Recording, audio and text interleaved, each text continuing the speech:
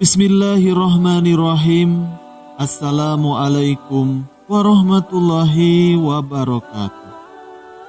Alhamdulillahi rabbil alamin. Wassalatu wassalamu ala ashrafil anbiya'i wal mursalin, nabiyina wa habibina Muhammadin wa ala alihi wa sahbihi ajmain wa man tabi'ahum bi ihsani ila yaumidin, amma ba'd.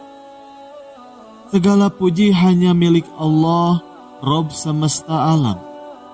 Salawat dan salam tercurahkan kepada Nabi dan utusan paling mulia, Nabi dan kekasih kita Muhammad sallallahu alaihi wasallam.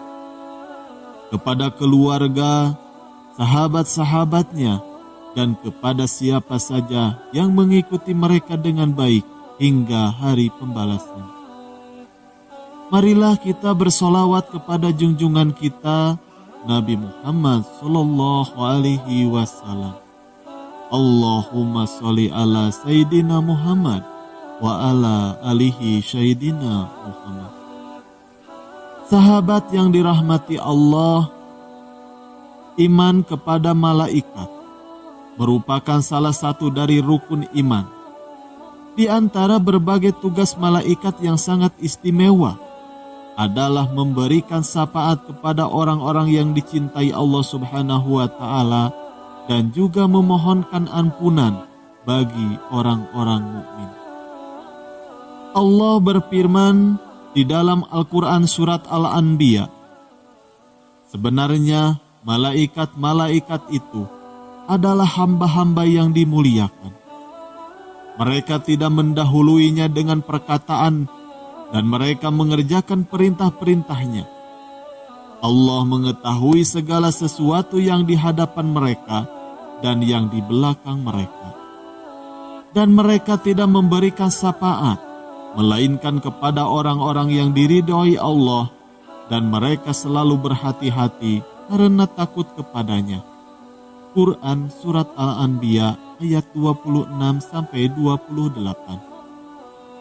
Masya Allah, alangkah bahagianya bagi orang-orang yang dicintai para malaikat. Mereka akan mendapatkan syafaat, pertolongan, dan juga doanya. Tentu saja hal ini sangat kita dambakan. Lalu bagaimana caranya? Mari kita renungkan beberapa dalil Rasulullah SAW, yaitu mengenai 12 golongan yang didoakan oleh malaikat. Siapa sajakah mereka? Yang pertama, orang yang sedang duduk menunggu waktu sholat. Tidaklah salah seorang di antara kalian yang duduk menunggu dalam sholat, selama ia berada dalam keadaan suci, kecuali para malaikat akan mendoakannya. Ya Allah, ampunilah ia, ya Allah sayangilah ia. Hadis riwayat Imam Muslim dari Abu Hurairah. Lalu yang kedua, orang yang tidur dalam keadaan bersuci. Barang siapa yang tidur dalam keadaan suci, maka malaikat akan bersamanya di dalam pakaiannya. Dia tidak akan bangun hingga malaikat berdoa, Ya Allah, ampunilah hamba-Mu si fulan karena tidur di dalam keadaan suci. Hadis riwayat Imam Ibnu Hibban dari Abdullah bin Umar. Lalu yang ketiga, orang yang menyambung saf sholat berjamaah atau tidak membiarkan kosong di dalam saf. Sesungguhnya Allah dan para malaikat selalu bersolawat kepada orang-orang yang menyambung saf-saf. Dikutip dari para imam, yaitu Ahmad, Ibnu Majah, Ibnu Huzaimah, Ibnu Hibban dan Al-Hakim meriwayatkan dari Aisyah.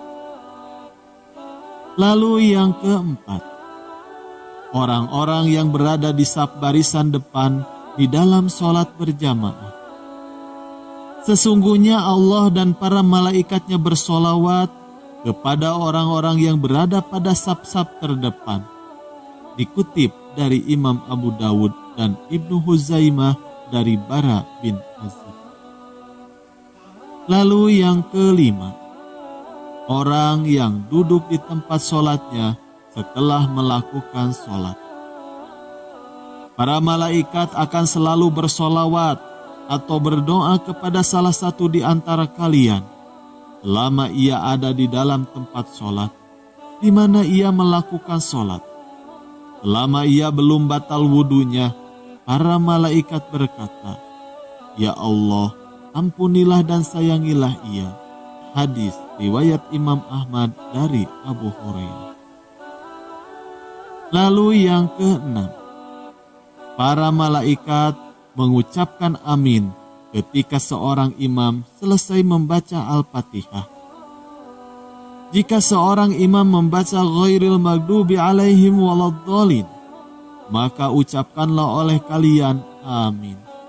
Karena barang siapa ucapannya itu bertepatan dengan ucapan malaikat, maka ia akan diampuni dosa-dosanya yang masa lalu. Hadis riwayat Imam Bukhari dari Abu Hurairah. Lalu yang ketujuh, orang-orang yang melakukan sholat subuh dan asar secara berjamaah. Para malaikat berkumpul pada saat sholat subuh. Lalu para malaikat yang menyertai hamba pada malam hari, yang sudah bertugas malam hari hingga subuh, naik ke langit. Dan malaikat pada siang hari tetap tinggal. Kemudian mereka berkumpul lagi pada waktu sholat asar, dan malaikat yang ditugaskan pada siang hari hingga sholat asar naik ke langit. Sedangkan malaikat yang bertugas pada malam hari tetap tinggal. Lalu Allah bertanya kepada mereka, "Bagaimana kalian meninggalkan hamba-Ku?" Mereka menjawab, "Kami datang sedangkan mereka sedang melakukan sholat, dan kami tinggalkan mereka sedangkan mereka sedang melakukan sholat. Maka ampunilah mereka pada hari kiamat." Hadis riwayat Imam Ahmad dari Abu Hurairah. Lalu yang kedelapan, orang-orang yang berinfak. Tidak satu hari pun di mana pagi harinya seorang hamba ada padanya kecuali dua malaikat turun kepadanya. Salah satu di antara keduanya berkata, "Ya Allah, berikanlah ganti bagi orang yang berinfak." Dan lainnya berkata, "Ya Allah, hancurkanlah harta orang yang pelit atau bakhil." Hadis riwayat Imam Bukhari dan Imam Muslim dari Abu Hurairah. Lalu yang kesembilan, orang yang mendoakan saudaranya tanpa sepengetahuan orang yang didoakan. Doa seorang muslim untuk saudaranya yang dilakukan tanpa sepengetahuan orang yang didoakannya adalah doa yang akan dikabulkan oleh Allah Subhanahu wa Ta'ala. Pada kepalanya ada seorang malaikat yang menjadi wakil baginya. Setiap kali dia berdoa untuk saudaranya dengan sebuah kebaikan, maka malaikat tersebut berkata, "Amin." Dan engkau pun mendapatkan apa yang ia dapatkan. Hadis riwayat Imam Muslim dari Ummu Darda. Lalu yang ke-10, orang yang sedang makan sahur. Sesungguhnya Allah dan para malaikatnya bersolawat atau berdoa kepada orang-orang yang sedang makan sahur. Insya Allah termasuk di saat sahur untuk puasa sunnah. Hadis riwayat Imam Ibnu Hibban dan Imam At-Tabrani. Lalu yang ke-11, seseorang yang sedang mengajarkan kebaikan kepada orang lain. Keutamaan seorang alim atas seorang ahli ibadah bagaikan keutamaanku atas seorang yang paling rendah di antara kalian. Sesungguhnya penghuni langit dan bumi, bahkan semut yang ada di dalam lubangnya, dan bahkan ikan, semuanya bersolawat kepada orang yang mengajarkan kebaikan kepada orang lain. Hadis riwayat Imam Tirmizi dari Abu Umamah Al-Bahili. Lalu yang terakhir, orang yang sedang menjenguk orang sakit. Tidaklah seorang mukmin menjenguk saudaranya kecuali Allah akan mengutus 70.000 malaikat untuknya, yang akan bersolawat kepadanya di waktu siang kapan saja hingga sore, dan di waktu malam kapan saja hingga subuh. Hadis riwayat Imam Ahmad dari Ali bin Abi Thalib. Wallahu a'lam bishawab. Sekian yang bisa kami sampaikan, semoga bermanfaat. Wassalamualaikum warahmatullahi wabarakatuh.